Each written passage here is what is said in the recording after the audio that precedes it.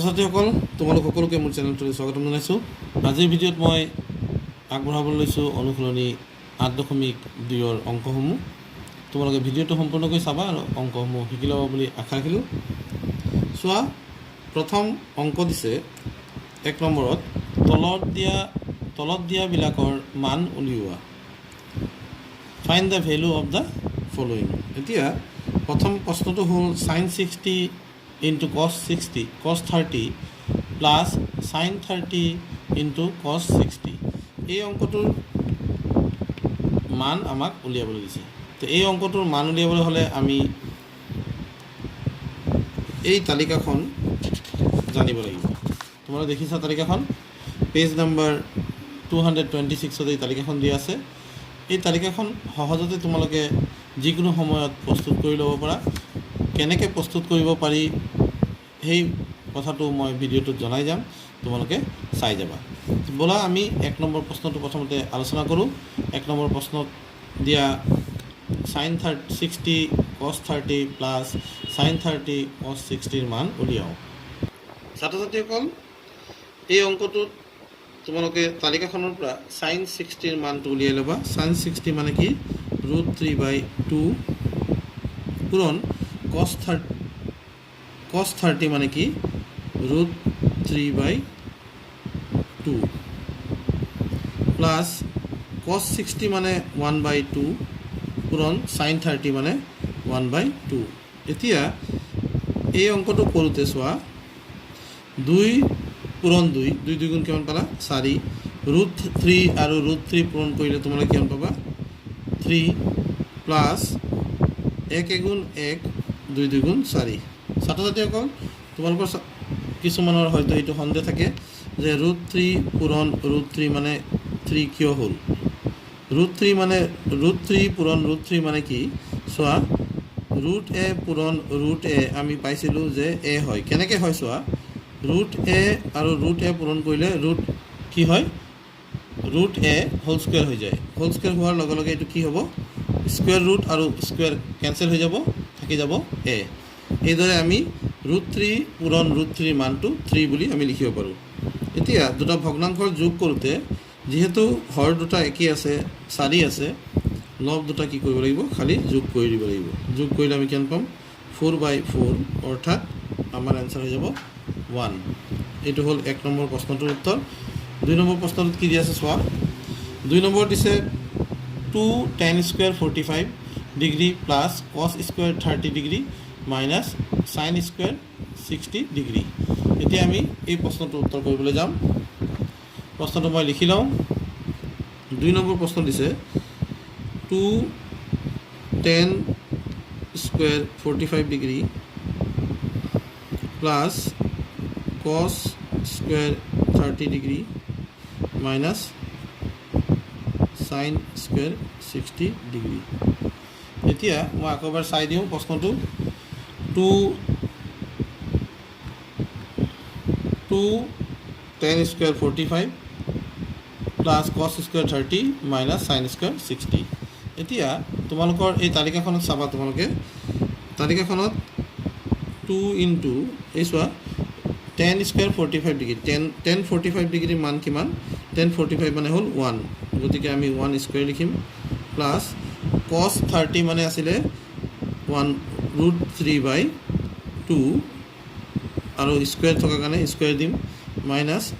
sin 60 ইয়াৰ মান আছিলে √3/2 আৰু ইয়াৰ ওপৰত আমি স্কুৱেৰ দিম। দিয়াৰ লগে লগে কি পালোঁ চোৱা, 2 পূৰণ 1ৰ বৰ্গ 1 আৰু এইফালে কি পাবা? এইফালে যিয়ে নোপোৱা এই দুটা কি হৈ যাব? কেঞ্চেল হৈ যাব। গতিকে এইখিনি আৰু লিখিব নালাগে।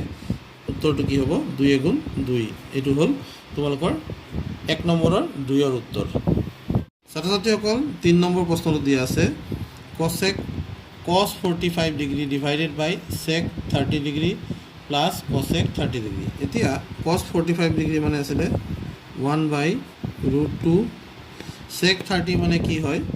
2/√3। এইটো হ'ল cosec 30ৰ উল্টাটো, প্লাছ sec 30 মানে কি? sin 30 মানে আছিলে 1/2, cosec 30 মানে হ'ব 2/1 অৰ্থাৎ 2। এতিয়া তোমালোকে কি কৰিবা, তলত লসাগু লৈ ল'বা লসাগু ল'লে কি হ'ব চোৱা লসাগু হ'ব √3 গতিকে ইয়াত পাবা 2 প্লাছ 2 আৰু √3 পূৰণ কৰিলে 2 √3 পাই যাম এতিয়া আমি যদি ইয়াক কি কৰিম ইয়াক আমি এই তলত যেটো হৰ আছে এই হৰটোক চোৱা যদি আমি হৰণটোক পূৰণ লিখি দিওঁ তেতিয়া ইয়াৰ প্ৰতিক্ৰমটো বহুৱাব লাগিব ই হৈ যাব এনেকুৱা 2 প্লাছ 2 √3 এনেকুৱা হৈ যাব এতিয়া এনেকুৱা হৈ যোৱাৰ পিছত তলত দেখা পাইছা যে কি আছে তলত অপৰিমেয় সংখ্যা আছে এতিয়া হৰটো পৰিমেয় কৰা তোমালোকে ক্লাছ 9ত শিকিছিলা হৰ পৰিমেয় কৰিবলৈ যাওঁতে মই কি কৰিম √3 ইয়াত আছে √2 গতিকে মই ইয়াত কি কৰিম √2 এটা পূৰণ কৰিম ইয়াতো √2 এটা পূৰণ কৰিম √2 লগত √2 পূৰণ কৰিম প্লাছ এই অংশটো 2 প্লাছ 2 √3 ইয়াক যদি মই হৰ পৰিমেয় কৰিব যাওঁ তেতিয়া কি হ'ব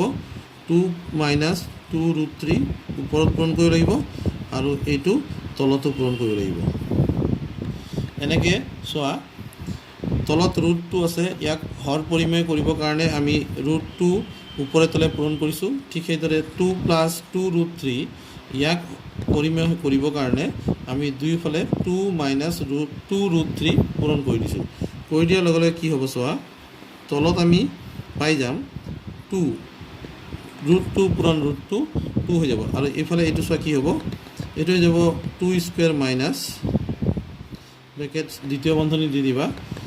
মাইনাছ 2 √3 হোল স্কুৱেৰ তাৰমানে এনেকৈ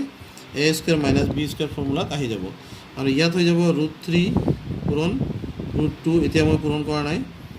পূৰণ এইটো কি 2 মাইনাছ 2 √3 এনেকুৱা হ'ব এতিয়া চাবা মই কি কৰোঁ ভালদৰে লক্ষ্য কৰিবা ইয়াত পাই যাম 2 পূৰণ এইটো হৈ গ'ল 4 2ৰ বৰ্গ 4 বিয়োগ 2ৰ বৰ্গ 4 4 পূৰণ √3ৰ বৰ্গ 3 হ'ব গতিকে 4 3 গুণ হৈ যাব 12 এতিয়া ইয়াত চোৱা এই ব্ৰেকেটত ওপৰত চাবা 2 মাইনাছ 2 √3 আছে গতিকে মই 2 কমন লৈ ল'ব পাৰিম লোৱাৰ লগে লগে ইয়াত থাকিব 3 √2 আৰু এইফালে থাকিব 1 মাইনাছ √3 এনেকুৱা থাকিব এতিয়া 2 2 ইয়াত কেঞ্চেল হৈ গ'ল কেঞ্চেল হোৱাৰ পিছত ইয়াত চোৱা কি পাম মাইনাছ 8 পাম 4 মাইনাছ 12 মানে আমি পাই যাম মাইনাছ 8 আৰু ইয়াত হৈ যাব চোৱা এইটো যদি ভাঙি দিওঁ তেনেহ'লে কি হ'ব √3 আৰু √2 এইটো হৈ যাব √6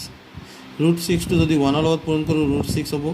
মাইনাছ √3 পূৰণ √2 এইটো যদি পূৰণ কৰোঁ 3 √2 হৈ যাব √3 পূৰণ √3 3 হৈ যাব আৰু √2টো ইয়াত থাকিব লগত এতিয়া তোমালোকে চোৱা তলত মাইনাছ আছে এই তলৰ মাইনাছটো যদি মই প্লাছ কৰি দিওঁ কৰি দিয়াৰ লগে লগে এইটো পজিটিভ হৈ গ'ল কিন্তু ইয়াত চাবা মাইনাছ চিন থকাটো মই আগফালে লিখিছোঁ পজিটিভত আৰু মাইনাছ 6 প্লাছ 6টো কি হৈ যাব মাইনাছ √6 হৈ গ'ল এনেকৈ তোমালোকে উত্তৰটো কৰিব পাৰিবা তো ছাত্ৰ ছাত্ৰীসকল আশা কৰোঁ এই অংকটো তোমালোকে ভালদৰে বুজি পাবা চোৱা মই কি কৰিছিলোঁ প্ৰথমতে মই একো কৰা নাই cos 45 ডিগ্ৰীৰ মান বহুৱাই দিছোঁ 1/√2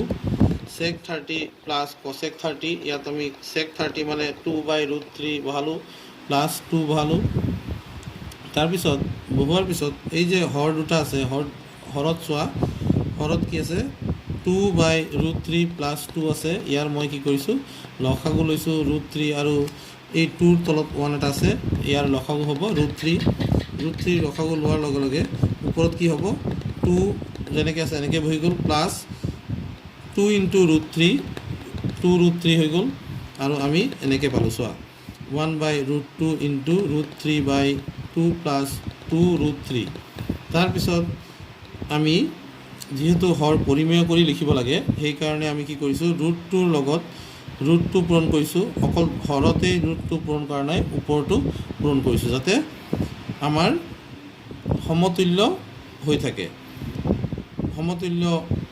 ভগ্নাংশত আমি প্ৰকাশ কৰিব পাৰোঁ এতিয়া √2 পূৰণ √2 দুইফালে কৰি দিলোঁ চোৱা হৰতো কৰিছোঁ লবতো কৰিছোঁ আৰু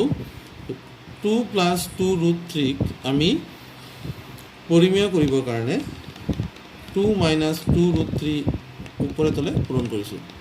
কৰাৰ লগে লগে চোৱা কি হৈ গ'ল √2 পূৰণ √2 আমাৰ 2 পাই গ'লোঁ 3√2 আমি লিখি লৈছোঁ ইফালে a plus b a minus b সূত্ৰত যেহেতু আহি গ'ল a square minus b square বুলি আমি প্ৰকাশ কৰিলোঁ এইটো প্ৰকাশ কৰাৰ লগে লগে 4 মাইনাছ 12 পাই গ'লোঁ তলত আৰু ওপৰত আছে 1 মাইনাছ √3 কেনেকৈ ইয়াতো 2 আছিলে ইয়াতো 2 আছিলে 2 কমন লৈ গ'লোঁ সেইকাৰণে 2 ইয়াত আহি গ'ল 2 কেঞ্চেল হৈ গ'ল আৰু ইয়াত ওপৰত থাকি গ'ল 1 মাইনাছ √3 এতিয়া √3 √3 ইনটু √2 পূৰণ কৰিছোঁ 1ৰ লগত তেতিয়া আমি পাই গ'লোঁ √6 ঠিক সেইদৰে মাইনাছ √3 ইনটু √3 আমি পাই গ'লোঁ 3 আৰু √2 ইয়াত আহি গ'ল পিছত তলত পাইছোঁ আমি -8 এই -8টো আমি যেতিয়া প্লাছত লিখিছোঁ তেতিয়া ওপৰত কি হ'ল ধনাত্মক পদটো ঋণাত্মক হৈ গ'ল ঋণাত্মক পদটো ধনাত্মক হৈ গ'ল আৰু এইটোৱেই হ'ল আমাৰ উত্তৰ ছাত্ৰ ছাত্ৰীসকল এইদৰে তোমালোকে বাকী তিনিটা প্ৰশ্ন চেষ্টা কৰিবা বাকী তিনিটা প্ৰশ্ন একেধৰণে তোমালোকে কৰিব পাৰিবা 3 নম্বৰ প্ৰশ্নটোলৈ মই যাওঁ য'ত তোমালোকক দি থোৱা আছে চোৱা 3 নম্বৰ প্ৰশ্ন দিছে যদি tan a প্লাছ b মানে √3 হয় আৰু tan a মাইনাছ b মানে 1/√3 হয় 0 ডিগ্ৰীত a প্লাছ b 0 ডিগ্ৰীতকৈ ডাঙৰ কিন্তু 90 ডিগ্ৰীৰ সমান বা 90 ডিগ্ৰীতকৈ সৰু হ'ব আৰু a bতকৈ ডাঙৰ তেন্তে a আৰু b উলিয়াব দিছে এই অংকটো কেনেকৈ কৰিম চোৱা এই অংকটো কৰোঁতে মই লিখি ল'ম অংকটো কৰোঁতে মই লিখিব লাগিব দিয়া আছে কুৱেশ্যন নম্বৰ 3 সমাধান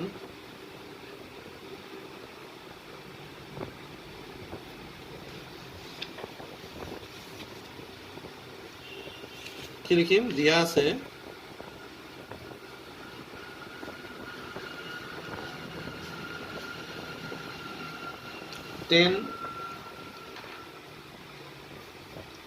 tan a plus b tan a plus b equals to √3 এতিয়া ছাত্ৰ ছাত্ৰীসকল ইয়াত মই কি কৰিম চোৱা tan a plus b মানে মই লিখি দিম tan √3 কিমান ডিগ্ৰী tan কিমান ডিগ্ৰী হ'লে √3 হয় সেইটো তালিকাখনত দিয়া আছে তোমালোকে চোৱা তালিকাখনত দিয়া আছে tan 60 মানে √3 tan 60 ডিগ্ৰী বুলি লিখি দিম ইয়াত এতিয়া tan a plus b মানে যদি tan 60 হয় তাৰ মানে আমি ক'ব পাৰিম যে a plus b মানে 60 ডিগ্ৰী এইটো মই 1 নম্বৰ সমীকৰণ হিচাপে লিখি ল'ম তাৰপিছত দিছে tan a minus b ইয়াৰ মান দিছে 1/√3 1/√3 কেতিয়া আহিছিল tan 30 আহিছিল গতিকে মই ইয়াত লিখিম tan a minus b মানে tan 30 ডিগ্ৰী ইয়াৰ মানে কি পালা এতেকে a minus b মানে তোমালোকে পাই গ'লা 30 ডিগ্ৰী এইটো হৈ গ'ল 2 নম্বৰ সমীকৰণ এতিয়া 1 নম্বৰ সমীকৰণ আৰু 2 নম্বৰ সমীকৰণৰ পৰা আমি দেখা পাইছোঁ যে a plus b মানে 60 হয় আৰু a minus b মানে 30 হয় এতিয়া অপনয়ন পদ্ধতি তোমালোকে কৰিছিলা চাগে অপনয়ন পদ্ধতি ব্যৱহাৰ কৰি এতিয়া সমীকৰণ 1 যোগ 2 কৰি আমি কি পাম চোৱা আমি সমীকৰণ 1 আৰু 2 যোগ কৰোঁতে প্ৰথমতে সমীকৰণ 1ৰ বাওঁফালৰ লগত সমীকৰণ 2ৰ বাওঁফালটো যোগ কৰি দিম সমীকৰণ 1ৰ বাওঁফালে আছিল a plus b সমীকৰণ 2ৰ বাওঁফালে আছিল a minus b আৰু যোগ কৰাৰ পিছত মই কি পাম সমীকৰণৰ সোঁফালে 1 নং সমীকৰণৰ সোঁফালে আছে 60 ডিগ্ৰী ইয়াৰ লগত প্লাছ হৈ যাব 30 ডিগ্ৰী এতিয়া প্লাছ b আৰু মাইনাছ b কেঞ্চেল হৈ গ'ল গতিকে আমাৰ থাকি গ'ল দুটা a 2a মানে 90 ডিগ্ৰী পাই গ'লোঁ তাৰ মানে কি a মানে হ'ব 90 ডিগ্ৰী ডিভাইডেড বাই 2 তাৰ মানে a এৰ মান পাই যাম আমি 45 ডিগ্ৰী এতিয়া এৰ মানটো আমি যিকোনো এটা সমীকৰণত এৰ মান 1 নং সমীকৰণত বহুৱাই পাওঁ 1 নং সমীকৰণত বহুৱাই পাওঁ কি পাম চোৱা a প্লাছ বি মানে আমি পাইছিলোঁ 60 ডিগ্ৰী হয়নে এতিয়া এৰ মানটো আমাৰ আছিলে 45 ডিগ্ৰী প্লাছ বি সমান আমি পাই গ'লোঁ 60 ডিগ্ৰী ইয়াৰ মানে কি বি সমান হ'ব 60 ডিগ্ৰী মাইনাছ 45 ডিগ্ৰী 45টো যেতিয়া পক্ষান্তৰ হ'ব মাইনাছ হৈ যাব এতেকে বি সমান আমি পাই যাম 15 ডিগ্ৰী এইদৰে আমি এ আৰু বিৰ মান উলিয়ালোঁ ছাত্ৰ ছাত্ৰীসকল 3 নম্বৰ প্ৰশ্নটো যিদৰে মই কৰিলোঁ 3 নম্বৰৰ 1 আছিল এইটো 3 নম্বৰৰ 1টো কৰিছোঁ মই 3 নম্বৰৰ 1টো যিদৰে কৰিলোঁ তোমালোকে 3 নম্বৰৰ 2টো ঠিক সেইদৰে কৰিব পাৰিবা আশা কৰোঁ তোমালোকৰ সেই অংকটো কৰিব পাৰিবা আজিলৈ এই পাঠৰ এই অংককেইটাই তোমালোকলৈ আগবঢ়ালোঁ